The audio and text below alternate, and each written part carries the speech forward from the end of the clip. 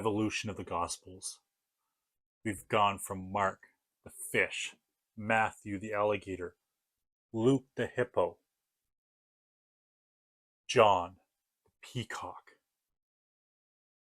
and now the fifth installment, the somewhat forgotten, lost, maybe even intentionally destroyed fifth gospel. That is the Gospel of the Diatessaron. Remember Justin Martyr and his memoirs of the apostles that he often referred to that were read in the churches on Sundays?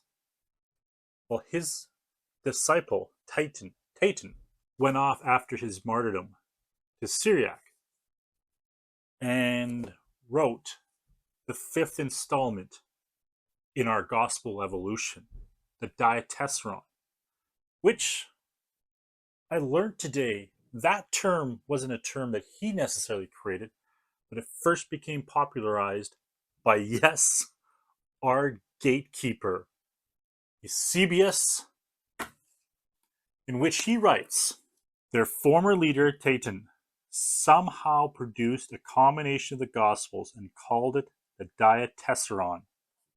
Diatessaron, which is a musical term for the harmony of the four parts. And yes, I bet you can guess what those four parts were. Diatessaron shows us the next evolution of the gospel story here. But before we get too deep into the twist and what happened in the end of it, of why you don't find it in your Bible, let me introduce you a little bit to the Diatessaron. Like I said, it's the compiled of the four: Matthew, Mark, Luke, and John, blended in to a harmony. The dependency, as we saw in the other Gospels, the Diatessaron, according to Professor G.F. Moore's research in the Arabic translation, and that's something to keep in mind. We have a few different translations, and that is going to affect what we see. But about 50% of the Gospel of Mark is in the Diatessaron, 66% of the Gospel of Luke, 76.5%, now that's accurate, the Gospel of Matthew, and a whole whopping 96% of the Gospel of John is in the Diatessaron. Structurally wise, there's some debate, of course. Again, Moore thinks the structure of it, the overall overarching theme of the Diatessaron follows the Gospel of Matthew. John Zahn, Z-A-H-N, argues more that it's following the Gospel of John. And that's partly, we'll have to get to that in a minute, of why we probably have the debate between the two. But what are some of the big benefits of the Diatessaron? One, it possibly was produced, like I say, as a language transition. Because Titan went to Syriac, it's quite possibly it was written in Syriac. So he was going to bring the gospel to the people there, so he harmonized the four gospels into Syriac. It's also possible that it was originally made in Greek. If so, I wonder if he actually took it from his mentor and his memoirs of the apostles. But we don't really know that. One of the biggest advantages of Diatessaron is the time savings of it. Let me explain. So there's roughly 3,780 verses in the four Gospels. But when he harmonized them, he reduced them to 2,769, omitting about 1,011 of these verses. So that's quite significant. It works out to about 54,000 words. It's a real time saver when you're trying to get through the Gospels. Correction. He reduces it to 54,000 words, where the four distinct Gospels are roughly about 82,450. It's kind of like, I don't know if you looked at a hinge, if you looked at the hinges of a door, a lot of doors have 3 hinges, but you can actually delete the middle hinge without impacting the function of the door. That's something that Donald Trump learned long before he became president. To reduce the cost of construction, If you reduce the middle hinge that is redundant, you have the same impact, but without that additional cost. So, with the Diatessaron, you have the impact of the story, but where Matthew, Mark, Luke repeat themselves, it's all blended into one, making it one simple overarching gospel. But, with every advantage comes disadvantages. I'll learn that, right? So some of the problems that popped up with this Diatessaron.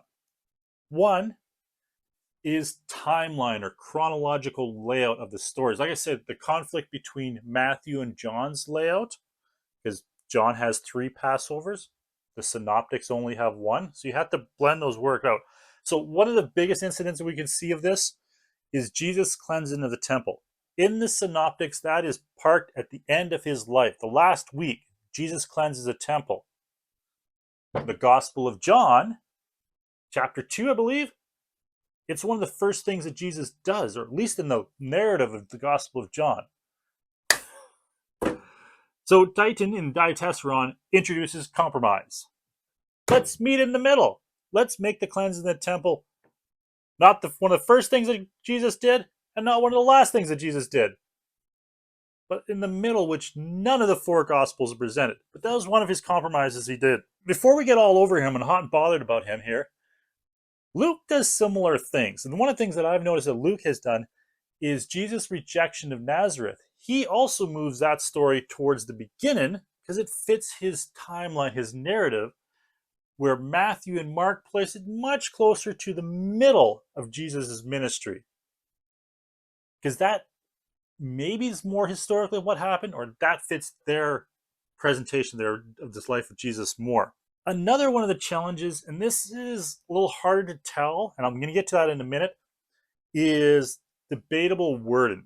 It appears that in the original Diatessaron, not the ones you can read on New Advent, because that has been reworked, in which they take the words in the canonical Gospels and put them back in the word order that in the arrangement of the Gospel as Titan would have done it, but using the official wording. But in the original one, he presents Jesus as a vegetarian, because that's where Titan had become a heretic later on, not because he's a vegetarian, but that was one of many of his things where he became too aesthetic for the mainstream Christianity. Another thing that I've come across is he has holy fire on the river Jordan when Jesus is baptized. So it just slightly adds different elements to the story, which is not in the original. But what we learn about this, and this is the important thing of the evolution here, is just like the previous works, Matthew, Mark, and Luke, he takes the original one or other familiar ones, blends them together, and then he adds his new material. This isn't Titan's new material. The new material that he adds is the Gospel of John. Because, yes, we have guys now arguing, James Barker, Mark Goodacre, 2 great scholars that argue that the writer of the Gospel of John knew Matthew, Mark, and Luke, and the information in it, which we don't want to get into that right now. He is a much different gospel. Like I say, the peacock of the evolution, where in the Diatessaron, it's blended back in, be part of one gospel story. And just as we learned from Luke, again by Mark Goodacre's idea of Luke knew Matthew and Mark, here too he pulls from all 3 gospels of synoptic gospels and the Gospel of John and blends it together. But one of the big things to take away from this, so this is roughly 160 AD plus or minus 10 years, is that even now, later on, he's condemned as a heretic. His gospel is limited to the 4 gospels. I'm going to say that again.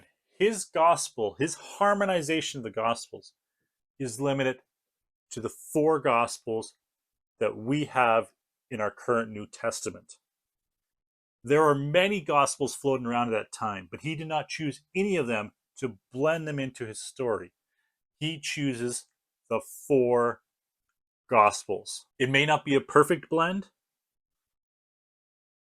it is almost like one of the earliest attempts of presenting a historical Jesus, like bringing all the information together and presenting who Jesus was in a chronological overarching timeline, which is mind blowing to think of that. But here's the twist. And this is probably why you've never heard of the Diatessaron unless you're nerdy and like reading books like this, which I highly recommend. But if you're not, the reason you probably haven't heard of the Diatessaron is after about 250 years of it being accepted in the Syriac Church and becoming their go-to, their Pew Bible, if I may call it that, read formally in the churches, it became illegal.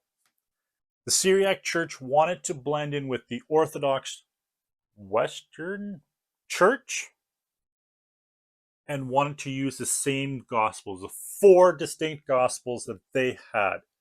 So, individuals like Bishop Theod of Sirith condemned it in 423 and commanded all the churches under his leadership to exchange their harmonized gospel for the 4 distinct gospels of Matthew, Mark, Luke, and John. This is a quote from him. Is he also destroyed not less than 200 copies of the Diatessaron of the Titan, which were used in that district. So he was very zealous in getting rid of the Diatessaron, even though it followed in the same paths as Matthew, Mark, and Luke in blending previous materials to create one super gospel. But what we get from that is we get from Irenaeus his goal, and he wrote, "It is not possible the gospels can be either more or fewer in number than they are, for since there are 4, the church decided that the evolution of the gospels needed to stop. John was the oddball, but John was done. There was too much risk of additional material or changing of the facts if the gospels continued to evolve. So they locked it in at 4. Now, this was much later in time, 423, like I said, and there's lots of other political things going on at that time. But from then on, we had the 4 gospels: Matthew, Mark, Luke, and John. The evolution had stopped.